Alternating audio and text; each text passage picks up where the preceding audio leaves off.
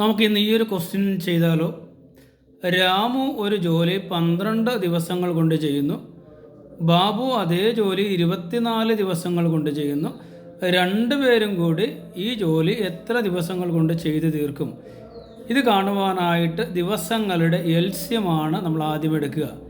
അപ്പോൾ ആദ്യത്തേത് 12 ദിവസങ്ങൾ നമുക്കൊന്ന് എഴുതി നോക്കാം. ആദ്യത്തേത് 12 ദിവസങ്ങൾ, രണ്ടാമത്തേത് 24 ദിവസങ്ങൾ. രണ്ടുപേരുടെയും എൽസ്യം എടുത്താൽ അത് 24 അല്ലേ? അതായത് ഇത് രാമു ചെയ്യുന്ന ജോലിയാണ്, ഇത് ബാബു ചെയ്യുന്ന ജോലിയാണ്. ഓക്കെ, അപ്പോൾ രാമുവിൻ്റെ കഴിവ് എന്ന് നമുക്ക് വേണമെങ്കിൽ 2 പറയാം. അതായത് രാമു 12, അതായത് ഈ ജോലിയായിട്ട് 2 കഴിവുണ്ട്. ഇവിടെ ബാബുവിൻ്റെ കേസിൽ അത് 1 കഴിവാണ്. മനസ്സിലായല്ലോ? അത് 12 × 2 24, 24 × 1 24. മനസ്സിലായോ?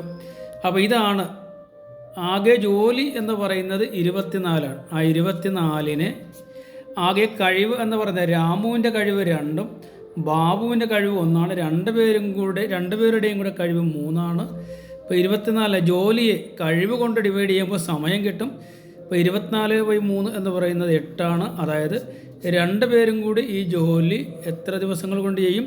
8 ദിവസങ്ങൾ കൊണ്ട് ചെയ്തു തീർക്കും. ഓക്കെ, മനസ്സിലായോ? നമുക്ക് രണ്ടാമത്തെ ക്വസ്റ്റ്യൻ ഒന്ന് ചെയ്താലോ? ഒരു ക്വസ്റ്റ്യൻ കൂടെ നമുക്ക് ചെയ്യാം, അത് നമുക്ക് നോക്കാം. ഇതാണ് ആ ചോദ്യം. എന്താണ്?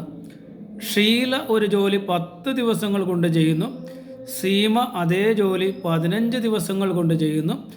രണ്ടുപേരും കൂടി ഈ ജോലി എത്ര ദിവസങ്ങൾ കൊണ്ട് ചെയ്തു തീർക്കും? അപ്പം നമ്മൾ നേരത്തെ പറഞ്ഞ പോലെ ദിവസങ്ങളുടെ എൽസ്യമാണ് നമ്മൾ ആദ്യം എടുക്കുന്നത്. അതായത് ആദ്യത്തേത് 10 ദിവസങ്ങൾ, രണ്ടാമത്തേത് 15 ദിവസങ്ങൾ. രണ്ടുപേരുടെയും എൽസ്യം എന്ന് പറയുന്നത് 30ആണ്.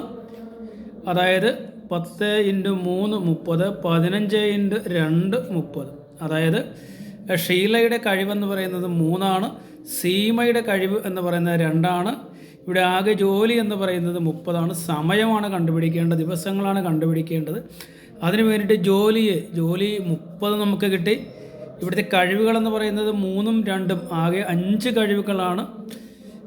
അപ്പോൾ ഈ ജോലിയെ കഴിവുകൾ കൊണ്ട് ഡിവൈഡ് ചെയ്യുമ്പോൾ നമുക്ക് സമയം കിട്ടും, അല്ലെങ്കിൽ ദിവസങ്ങൾ കിട്ടും. അത് 6ആണ്. അതായത് രണ്ടുപേരും കൂടി ഈ ജോലി 6 ദിവസങ്ങൾ കൊണ്ട് ചെയ്തു തീർക്കും. മനസ്സിലായി എന്ന് കരുതുന്നു. Okay, thank you.